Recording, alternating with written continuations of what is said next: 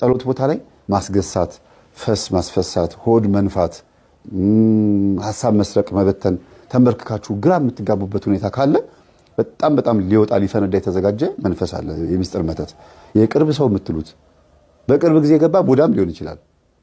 በልጅነት ያደገ ባይሆንም ግን ቅርብ ጊዜ የመጣ መንፈስ ነው። መተትም ይሁን ሰላቢም ይሁን ምንም ይሁን ከምታውቁት ሰው ከተነቃበኝ እኮ አለቀልኝ ብሎ የሚፈራ የሚደነግጥ ሰው አለ አይደል? ጓደኛችሁ ሆኖ ፈራ ተባ እያለ እናንተን እያጭበረበረ የሚኖር የእንደዚህ አይነት ሰው መንፈስ ሲሆን ነው። የሴትም የወንድም ሲሆን ነው። ብዙ ጊዜ ጸሎት ላይ ሆድ የመነፋት፣ የማግሳት፣ ፈስ የመፍሳት፣ የመዝለፍለፍ፣ ሐሳብ የመበተን በቃ ማለት የሌለ ለፊልም ሲሆን እኮ ንቅት ብላችሁ ነው ፊልም ትላላችሁ። ከቫንዳም እንደዚህ ደናርጎ ሲያጠጣው እንትን ሲለው በቃ ማለት እንደናንተ የሚያይ የለም። ፊልም ሰርች እያደረጋችሁ ነው የምታዩት። እግር ኳስ ሲሆን ፍጥጥ ያ ሰው ባላ ትላላችሁ። ጸሎት ሲሆን በስላሴ ስም በቃ እንደዚህ ነው ብዙ ጊዜ እና መንፈስ በጣም በጣም እንትን ነው ስልታዊ ነውና እንድንጠቀም እንድንባረክ ስለማይፈልግ ነው ባጭሩ። አሁን እዚህ ጋር ልታስተውሉት የምፈልገው ነገር ምንድነው? ባልየው ምንድነው የፈለገው? ምንድነው ያልፈለገው? ሚስቱ እንድታቅበት አልፈለገም። ወደ ክርስቶስ ስትመጣ ወደ አምላክ ስትመጣ ሁልጊዜ እንደ ታላቅ ግንብ ሆኖ የሚከለክልህ ሄሮድስ ነው። በቃ እጸልያለሁ ብለህ አትጸልይም፣ እሰግዳለሁ ብለህ አትሰግድም፣ አመልካለሁ ብለህ አታመልክም። ቤትህ ውስጥ ራሱ ቤትህም ይፋለምሃል።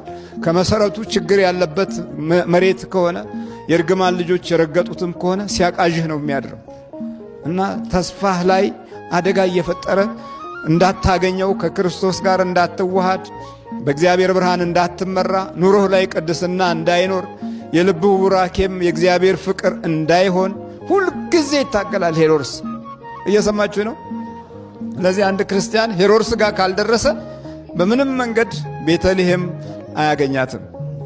እንግዲህ ለማምለጥ የሚደረገው ትግል ላይ ነው አሁን ያለ ነው። የእኛን ሄሮድሶች አሁን ቶሎ ለማምለጥ አንዳንዴ የራሳችን ይሄ ሎጂኩ ደግሞ በጣም የጨመረበት ዘመን ስለሆነ ማንኛውንም መጽሐፍ ገለጥ ስታረገው ሎጂክ ይሰጥሃል። ወደ ሳይኮሎጂው ስትሄድ፣ ወደ ርዕዮተ ዓለሙ ስትሄድ፣ ወደ ፍልስፍናው ስትሄድ፣ ወደ ትምህርቱ ስትሄድ፣ ወደ ባዮሎጂው፣ ወደ መድኃኒቱ አካባቢም ስትሄድ ሁሉም የየራሳቸው ምናባዊ የሆነ አእምሮህን የሚሰርቁ ነገሮች አሏቸው። አንዳንዶቹም የሚያሳምኑ እየመሰለህ ትቀበለውና ስትሞክረው ካንተ ጋር አይጣጣምም። ላሳለፍካቸው ጊዜያቶች ትላለህ። እንደገና ደግሞ ይህንን ኡታ ሰብአ ሰገላ ለመቀበል እንሄዳለን እስክናገኘው ድረስ አሉ። እንግዲያው የታል ኮከቡ ይላቸዋል። ደግሞ እዛ የምርመራ ጀምሯል። እዚህ አንድ ቃል ታገኛላችሁ እንዲህ የሚል በጥንቃቄ መርምሩ፣ ባገኛችሁት ጊዜ እኔ ደግሞ መጥቼ ሰግድለታለሁ። በጥንቃቄ ምን በሉ አላቸው? መርምሩ። እነሱ ከ2000 ዓመት በፊት መርምረው ጨርሰዋል። የአባቶቻቸው ራእይ ልቦናቸው ውስጥ ተጽፏል። ውስጣቸው ነው ያለው። ኃይላቸው በባህሪያቸው ውስጥ ነው። ይሄውም ደግሞ የዛሬው ትውልድ ሳይሆን ያለፈው ትውልድ ጸጋና ሞገስ ተከትሏቸዋል። አሁን እኛ ምን አለን እስቲ? ወደ አያትህ ዞር ስትል ጨሌ ታቅፋ ነበረ፣ በየውቃቢ ቤቱ ትዞር ነበር። ወደ ቅድመ አያትህ ዞር ስትል እንደዚሁ በተለያየ አይነት ጣዖት ውስጥ ነበረች። ስለዚህ እንዴት በተገለጠና በተከፈተ ሰማይ እንኑር? መዘዙ እኮ ሰፋ ያለ ነው። በዚህ በመናፍስቱ ዓለም ሕይወት ውስጥ በደንብ ካስተዋልን እና በጥንቃቄ መርምሩ ይላል። ጠንቃቃ ነው ጠላት። ይኸውልህ አሁን አይነ ጥላ የለብኝም ስትል የኖርክ ሁሉ አሁን ድንገት ይመጡና አንዳንድ እናቶች ዋለኮ ሲባል አረ የለም እኔ ነኝ 7 ዘር ማንዘሬ ክርስቲያን ነው ይላሉ፣ ይፎክራሉ። ፉከራ አላዋጣም። ፉከራ ለጳውሎስም እንኳን አልሆነለትም። በኋላ እኔ ማነኝ አለኩ። ትልቅ የነበረው ኃያል የነበረው አረ እኔ ትል ነኝ አለ። ዳዊትም እንደዚሁ ብርቱ የነበረው አረ እኔ ትል ነኝ አለ። ለዚህ ለሥጋ የተሸጥኩ ነኝ አለ ጳውሎስም። ከእኔ እንዲለይ 3 ጊዜ ጸለይኩ አለ። ሰይጣኑ ማለት ነው። የብንያም ዘር ስለነበረት የተዋርሶ መንፈስ አለበት። ከእኔ እንዲለይ 3 ጸለይኩ፣ ግን ጸጋዬ ይበቃሃል አለኝ። መጨረሻ ሲሞት ነው የተለየው። እና በጥንቃቄ መርምሩ ይላል። ጠላት ይሄን ያህል ጊዜ ሰጥቶ ለዚህ አይነት ጉዳይ ቦታ ሰጥቷል። ለሰብአ ሰገል ትልቅ ቦታ ሰጥቷቸዋል። መንፈሳዊ በረከት መምጣት ሲጀምር አንዳንድ ጊዜም ጠላት ይከብሃል። አሁን ሰብአ ሰገል ተከበቡ፣ በደንብ ተከበቡ እና እሰግድለታለሁ በቃ ንገሩኝ አላቸው። እነርሱም ንጉሡን ሰምተው ሄዱ ይላል። በዘመኑ የነበረውን ትልቁን ሰው ሰሙት፣ ግን ውስጡ ሌላ ነው። እግዚአብሔር ይንገረን፣ ውስጡ ሁሉም ሌላ ነው ወገኖቼ። እግዚአብሔር አምላክ ሆይ ንገረን እንበለው። ሰምተው ሄዱ አይደል የሚለው? አዎ አደመጡት። ከሱ በላይ ትልቅ የለም፣ ከሱ በላይ ብርቱ የለም፣ ከሱ በላይ በዛ ቦታ ላይ በዛ ግዛት ውስጥ አዋቂ የለም። የሕዝቡ መሪ ነው። ጊዜና እድል ሰጥቶት ንጉሥ ነው። እስራኤልን በሙሉ ተቆጣጥሯል። እነሱ የሚፈልጉትን የሚከበረውን የተወለደውን የአይሁድ ንጉሥ አሁን በኮከቡ ነበር የሚመሩት። አሁን ንጉሡ ሌላ ኮከብ ሆነና ቁጭ አለ። ሌላ ኮከብ ይጠብቅሃል። በቃ ሰምተውት ሄዱ። እነሆም በምስራቅ ያዩት ኮከብ ሕፃኑ ባለበት ላይ መጥቶ እስኪቆም ድረስ ይመራቸው ነበረ። ሕፃኑ ያለበት ቦታ ላይ እስኪቆም ድረስ ምን ይላቸው ነበር? ይመራቸው ነበረ። ኮከቡን ባዩ ጊዜ በታላቅ ደስታ እጅግ ደስ አላቸው። ከሄሮድስ ወጡ። እግዚአብሔር ስሙ የተመሰገነ ይሁን። ከሄሮድስ ሲወጡ ማንን አገኙ? ደግሞ ኮከቡን አገኙት። የመጀመሪያው መሪያቸውን አገኙ። የመጀመሪያው መሪያችንን አላገኘንም እኮ። መሀል ላይ ሄሮድስ አላያችሁ። መንበርከክ መስገድ በምትፈልግበት ህይወት ውስጥ ሌላ ሄሮድስ ይመጣና ያዳክማል። በፍቅረ ነዋይ ባለን ሐሳብ እንቅልፋተን ስናደር በመንፈሳዊ ህይወት ባለ ውሳኔ ላይ እንቅልፋችን ይመጣል። ለነገ ለምናገኘው እቁብ ወይም ነገ ለሚመጣ ትርፍ ዛሬ እንቅልፋተን ስንጓጓ ለጸሎት በሚሆንበት ጊዜ አቤት ያለው አዚም አቤት አቤት አቤት። እንቅልፍ ያጣህበት ጉዳይ ለስጋዊ ትርፍ ነው። ለመንፈሳዊ የምትሰጠው ቦታ ግን ከህሊና ፈቃድ ጋር አይገናኝም፣ አይስማማም፣ ይጣላል። አሁን እነሱ ከመጀመሪያው መሪያቸው ጋር ተገናኙ። ኮከቡን ባዩ ጊዜ በታላቅ ደስታ ሄሮድስ ቤት በገቡ ጊዜ ቤተ መንግስት በገቡ ጊዜ ታላቅ ደስታ አይለንም። አስቡት፣ ዓለም ደስታን ለማምጣት ስንት ጊዜ ሞከርን። በትልልቅ የዩኒቨርሲቲ ተቋም መገንባት እንደስታለን ብለን ነበር። በዛ ውስጥ ረጅም ዘመናት የተማሩ ልጆች ለትውልዳቸውም ሆነ ለቀጣዩ ቤተሰብ የፍሬ ኃይል ሆነው ጸጋንና የተረፈረፈ ሞገስን ይሰጣሉ ብለን አስበን ነበር። አልሆነም። ደስታ አይመጣም ከላይ ካልተለቀቀ። ደስታ ያለው ከላይ ነው። በአመጋገብ መሻሻል ደስታ ይመጣል ብለን ጧት እንቁላሉን፣ ጥብሱን፣ ዱለቱን ከሰዓትም እንደዚሁ ቁርጡን፣ ክትፎውን፣ ማታም ራታችንን፣ ቅቅሉን፣ ምኑን፣ ውስኪውን ምኑን አልነው ደስታ ይመጣል ብለን ነው ታገልን። ግን ደስታ የለም፣ አልመጣም። በኋላ እንዳውም ጨጓራ ያዘንና ማግሳት ጀመረ። ሳትበላ ሳትጠጣ ታገሳለን ትላለን። አለም ደግሞ ለማክሳት አንቡሃ ጩኸት ሁሉ አንቡሃ ሆነ፣ ጸሎት ሁሉ አንቡሃ ሆነ። ምን ዋጋ አለው? የለም፣ አልሆነም። ወደ ላይ ቀና ስትል ነው ደስታ ያለው። ይኸውልህ ደስ አላቸው፣ በታላቅ ደስታ እጅግም ደስ አላቸው። ወደ ቤት ገብተው ሕፃኑን ከእናቱ ከማርያም ጋር አዩት፣ ወድቀውም ሰገዱለት። ሳጥኖቻቸውንም ከፍተው እጅ መንሻ ወርቅና ዕጣን ከርቤም አቀረቡለት። ከዚህ በኋላ እግዚአብሔር ደግሞ ስራውን ይጀምራል። መጀመሪያ በኮከብ ነበር የተመሩት፣ በኮከብ ብርሃን ነው የተመሩት። አሁን ደግሞ ከሰገዱ ከተንበረከኩ ሳጥናቸውን ከከፈቱ በኋላ የበረከት ስራ እኮ እዚህ የምትባሉት ለዚህ ነው።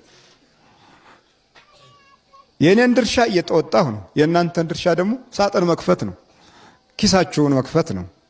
አይደል እንዴ? ድርሻ ነው። በቃ ይሄ ከውስጥህ በምታደርገው በጎነት ነው።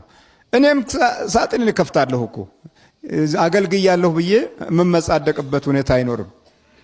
የበረከቱ ጊዜ በረከት ተካፋይ መሆን አለብኝ። ይጨምራል እንጂ አይቀንስም።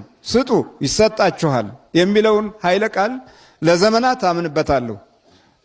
ደሞዝ የለኝም አይደል? በነፃ ነው እኮ የምናገለግለው አይደል? እናንተ ለስላሳ ገዝታችሁልኛል። ምናልባት አንዳንድ ሰዎች ጋብዛችሁኛል። ይህ ሁሉ በክፍያ ቢሆን ግን ግራውንድ ፕላስ 4 ምናምን እንገነባለን። እንደ ቃልዮቹና እንደ ጠንቋዎቹ እንደ አስማተኞቹ ቢሆን ቀላል። የጨጓራ መድኃኒት አለ፣ የኩላሊት መድኃኒት አለ፣ የቺፌ መድኃኒት አለ ተብሎ እንኳ የሚገኘው ገንዘብ ቀላል አይደለም። የአይነ ጥላ ሁሉ አለ ይልሃል። ያሸና መድኃኒት አለ ይልሃል። ምን ዋጋ አለው? እንዴት ነው ነገሩ? የምናስበው እኮ አስቸጋሪ ነገር ነው። ልክ ሳጥኖቻቸው መጀመሪያ ልባቸውን ከፈቱ፣ ከዛ ሳጥናቸውን ከፈቱ። አንዳንድ ጊዜ የማይስማማን ሳጥን እንከፍትና ልባችንን አንከፍትም። ይሄ ጠባለው ማለት ነው። አንዳንዴ ልባችንን ከፍትና ደግሞ ሳጥን አንከፍትም፣ ይምታታብናል። ስጦታ ከሆነ ስጦታ ነው። ከሁለቱም መገናኘት አለበት። ሰብአ ሰገል ሁለቱም ነገር ነው የተገናኘው። ልባቸውም ሳጥናቸውም እግዚአብሔርን አመለከ። ከዚህ በኋላ ወደ ሄሮድስ አይመለሱም። እግዚአብሔር ስሙ የተመሰገነ ይሁን። ወዴት አይመለሱም? አይመለሱም። በቃ እንዲህ የሚል ቃል ታገኛላችሁ። እነርሱም ከሄዱ በኋላ እነሆ የጌታ መልአክ በሕልም ወደ ሄሮድስ እንዳይመለሱ በሕልም ተረድተው በሌላ መንገድ ወደ አገራቸው ሄዱ። እንዲህ እያሉ በጥንቃቄ እንደዚህ ያለን የጋበዘን ያበላን ያጠጣን ለተንኮል ነበር እንዴ ለካ አሉ። ሚስጥሩ የተገለጠው በሌላ መንገድ ሂዱ ሲላቸው ነው። በቃ ወደ ሄሮድስ እንዳትመለሱ፣ ሄሮድስ ሕፃኑን ሊገለው ይፈልገዋል። ስለዚህ እናንተ በጥንቃቄ መርምሩና እሰግድለታለሁ ያለው ውሸቱን ነው አለ።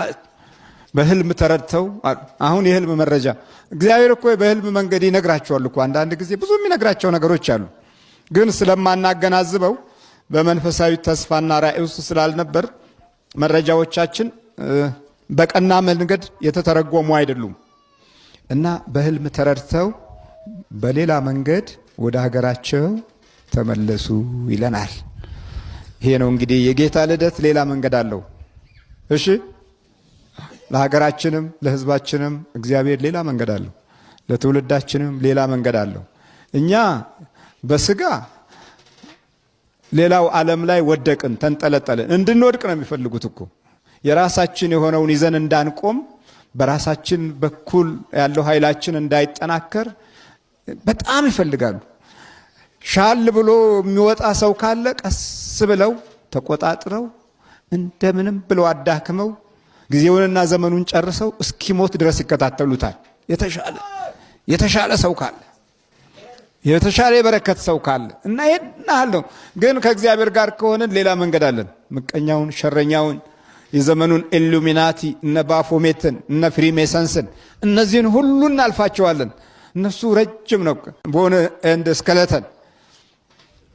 እነዚህ የአጥንት አምላኪ ነጮች ዛሬ ኢንዱስትሪውን ዓለም በሙሉ የያዙት በጠቅላላው ትውልዱን አምክነው ደብዛውን አጥፍተው እነሱ ብቻ ለመኖር የሚስገበገቡት በመንፈስ ባርነት የዘመቱብን እነዚህን ሁሉ የምናልፍበት ሌላ መንገድ አለን። ነጮች ወዳጆቻችን እኮ አይደሉም። አይምሰልም። ድሮ በስጋ ባርነት ዓለምን ቀጠቀጡ። አሁን በመንፈስ መጥተዋል። ምን እያደረጉ ነው? ሰይጣኑን እንኳ እያያዙ። ይሄ አንዱን ሰይጣን በአንዱ ሰይጣን ነው የሚያዘው። እና የነጩ ሰይጣን ይሄን አፍሪካውን ሰይጣን ይይዙና ወስደው ክፋት አስተምረው ሁሉንም ያዛቸው፣ አፍዛቸው፣ አደንግዛቸው ብለው አስተምረው አምጥተው እዚህ መልሰው ያስቀምጡታል። የሚገርም እኮ ነገር ነው። ድሮ ወዚህ በባሌ አካባቢ ፈረንጆች መጥተው ሰይጣን ይዘው ሄዱ እያሉ ይነግሩን ነበር እኮ። ሰይጣኑን ይዘውት ሄዱ፣ አስረው በሰንሰለት አስረው ይዘውት ሄዱ። አስረው ወስዶ የሚወስድ እንትን ሊመራመር መሰለ አሰልጥኖ ሊልክልህ እኮ ነው ወደዚህ። ለዚህ ነው የእኛ ሰይጣኖች፣ እዚህ የአፍሪካው ሰይጣኖች እንጀራ ስትበላ ይቀናል። የአበሻውማ ጭራሽ ብሶበት ከሌላው ዓለም በካልሲ ይቀናል። በካልሲ ጫማውን ተው።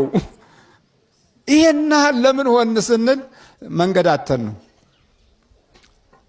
ክርስቶስ ጋር ስንጠጋ ሌላ መንገድ አለን። አያችሁ፣ ከክርስቶስ ስጋና ደም ጋር ስንያያዝ ምን አለን? ሌላ መንገድ አለን። ሌላ መንገድ ከክርስቶስ የዘላለም ሕይወት ጋር ስንጨባበጥ ሌላ መንገድ አለን።